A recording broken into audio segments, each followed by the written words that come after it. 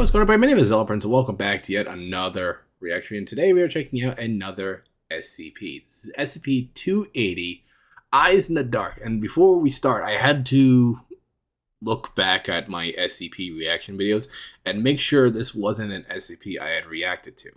And now that I've checked, this is not one I have seen, because I'm trying to keep it in my mind to certain ones I have seen either off-screen or on-screen.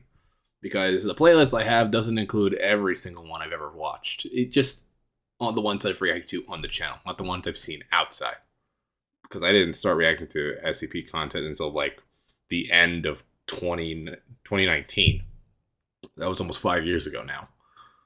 But with that being said, we're going to go ahead and get right into this SCP, because I'm going into this completely blind without any kind of information. And I'm quite intrigued as to what this is going to entail. So, with that being said, we're going to get right into this. 3, 2, 1, shebang. What do you got for me, Bob? Has been abandoned. I forgot to say it. This is by Dr. Bob. And as with any place that's been left uninhabited for this long, rumors tend to spiral. True. Of course, there are the more mundane explanations for why the 2-story, 4-bedroom home on the end of a nice street lays in semi-ruin. Black mold, asbestos, rising house prices. But those weren't the stories that most people told. Everyone in the neighborhood knew what really happened.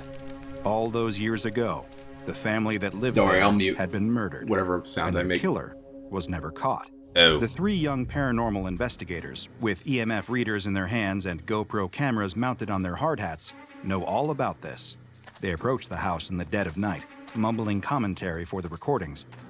If the old house really is as haunted as everyone says it is, then they could be in for something really good here. They're subscribed. Every paranormal YouTuber today. Wait, am I technically a paranormal YouTuber? Because I watch paranormal stuff all the time.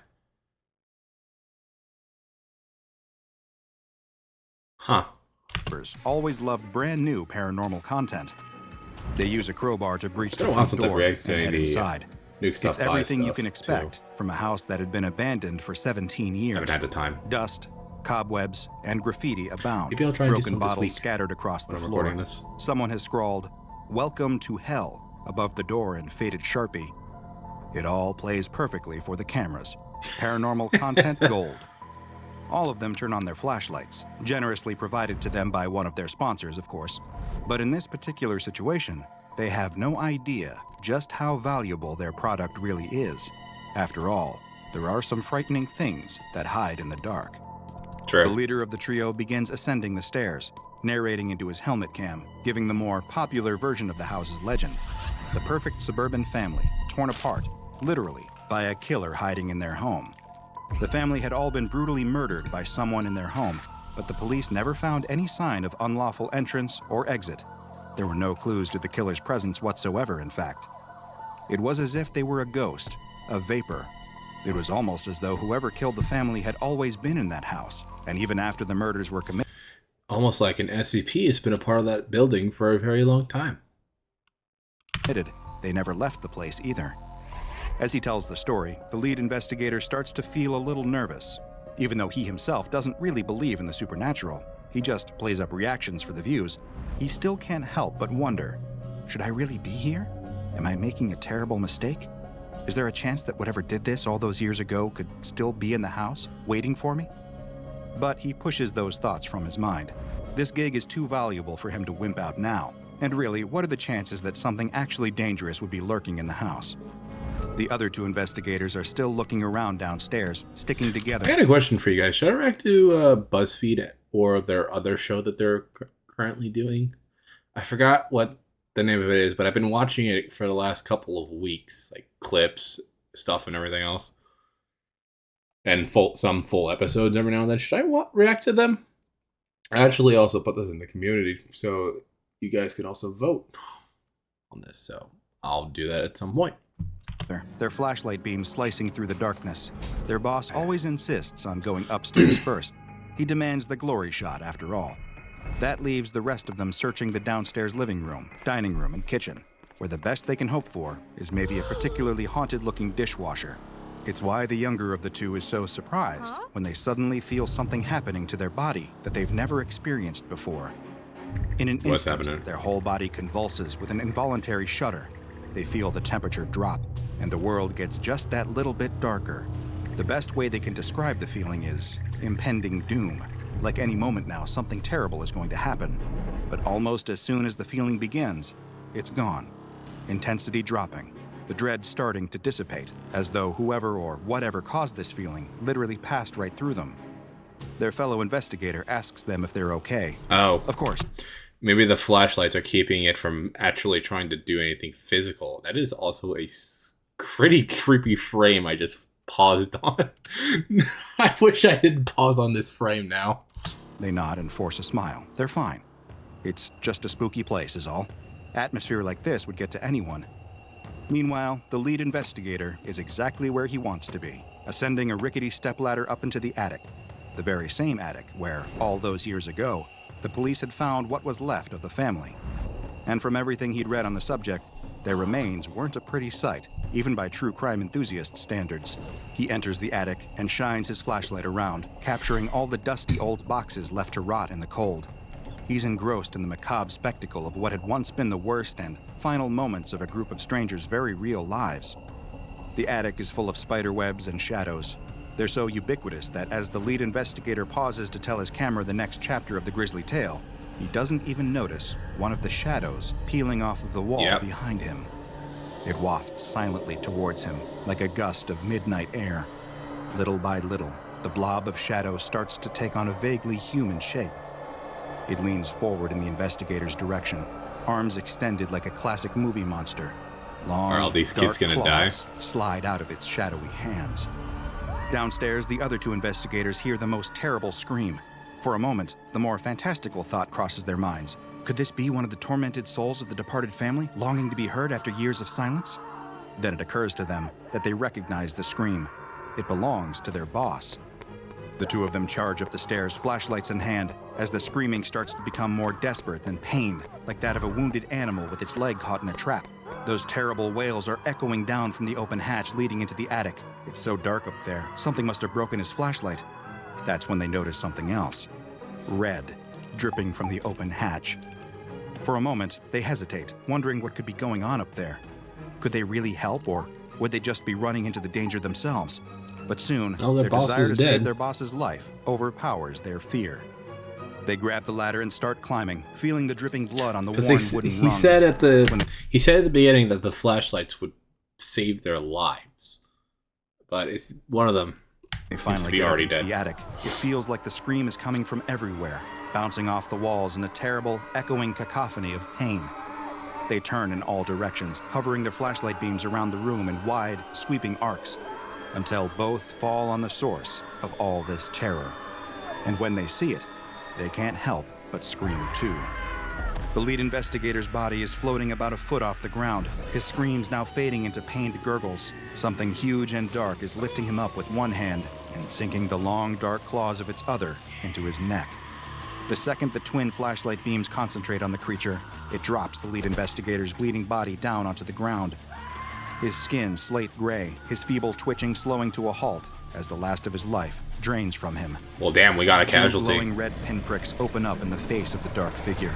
Eyes I think like I found my terrible, thumbnail. burning coals etching themselves into their memory. Like smoke, it continues to glide backwards further, seeking refuge in the dark, a safe haven amongst the other shadows. By this point, the two surviving investigators know there's nothing they can do for their boss anymore. All that's left is to get out and survive. They have to save themselves. They turn, wasting no time running towards the exit. They don't notice it, but the second they turn the beams of their flashlights away, the shadow's terrible eyes disappear, and it starts advancing towards them again, its claws outstretched and grasping for them with awful fury. The shadow creature grabs at their heads as they make their final leap for the exit. However, all the monster can pull away are their helmets and helmet cams as they scramble down the ladder and then down the stairs. There goes their video evidence. They didn't even think possible as the shadow slithers down behind them. It doesn't give up. It wants their lives. It wants their warm human blood on its claws. They clear the threshold of the accursed house and keep running to their car. One looks over their shoulder and sees the shadow leave the house, gaining on them, both claws outstretched and ready to rend their flesh. The two climb into their car. What the hell were those things called in Harry Potter? I actually don't remember, but that's what this thing is kind of reminding me of. If you know the name of it, put it in the comment section, because I don't remember off the top of my head. They see the shadow coming towards their window. It's moving so quickly, only a few feet away now. It's getting closer and closer and closer. Ignition. The car starts up and the driver smashes the pedal down. They take off, quickly accelerating up to illegal speeds as the shadow continues to chase, slowly getting smaller and smaller in the rearview mirror.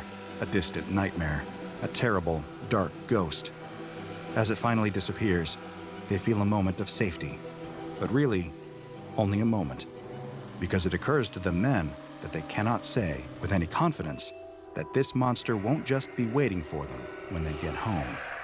SCP-280, also known as Eyes in the Dark, is one of the more frightening and dangerous anomalies contained by the SCP Foundation. Of course, it likely won't be causing an XK-class end-of-the-world scenario anytime soon, but if you happen to run into this nocturnal monster, it's likely to cause an end-of-you scenario. And a what? If you run into this nocturnal monster, it's likely to cause an end-of-you scenario. And end of from you. the world with extreme prejudice. There's no way of telling just how many lives it claimed before the SCP Foundation finally got it into containment, and perhaps it's best to just not think about that.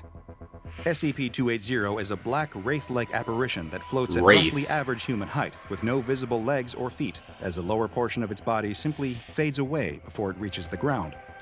In its dormant state, the entity may appear to be little more than a shadow, easily dismissed, especially in dark environments. This comes as a natural result of the being's frightening ability to become intangible at will, and only become physical when it enters a state of active aggression toward a human target. In this intangible state, victims have even been known to walk through the shadowy mass by accident. While this doesn't lead to any detrimental physical effects, victims report that being inside the creature can lead to heightened states of anxiety, fear, and dread. Despite its body being wholly composed of an unidentifiable black matter, when exposed to light, the creature does begin to express a pair of glowing dots on its head similar to eyes, hence its frightening nickname.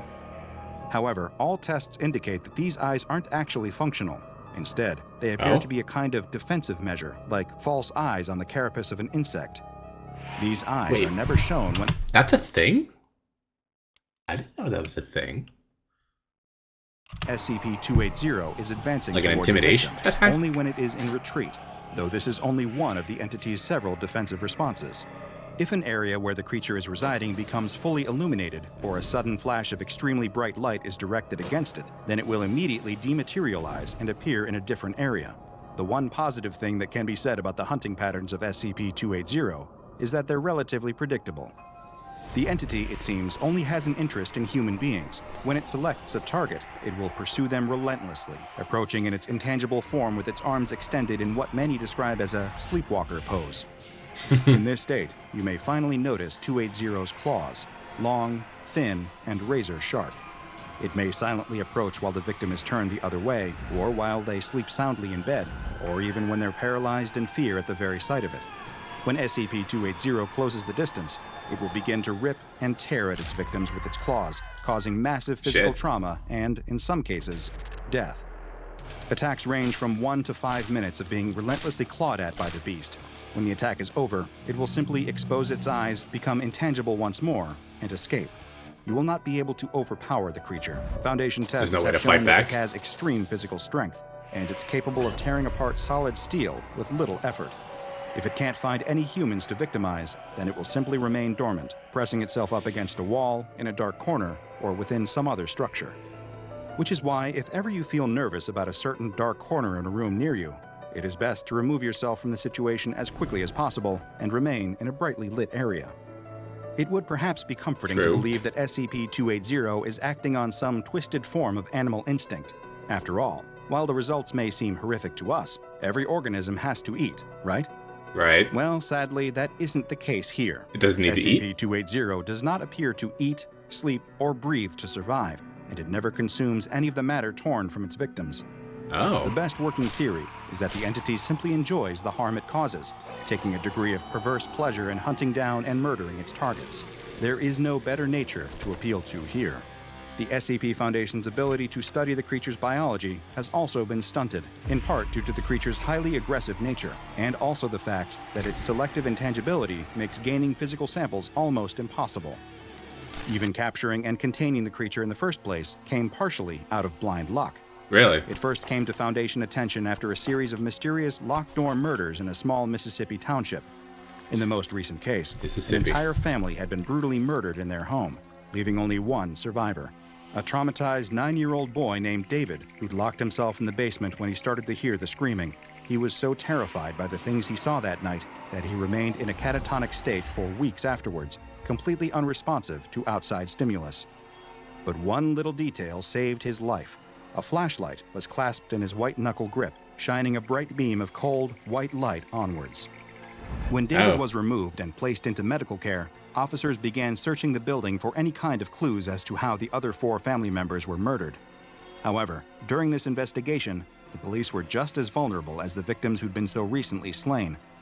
While one officer was wandering around the attic, looking for any evidence they may have missed, SCP-280 emerged from the darkness and attacked, tearing into his body with its long, deadly claws.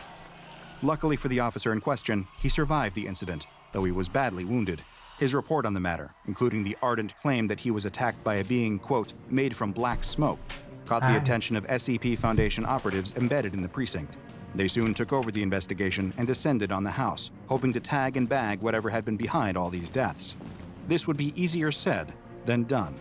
True. While Foundation field agents canvassed the home, they simply walked past the creature multiple times, discounting it as a mere shadow. After all, it only had these easily identifiable glowing eyes when it was in a retreating position. Even when it entered its physical state, operatives brushing up against it generally dismissed the sensation as hair, clothing, or some other object touching them in the dark. This already bungled investigation got even worse when the Foundation decided to introduce high-intensity lights into the equation, hopefully flushing the creature out.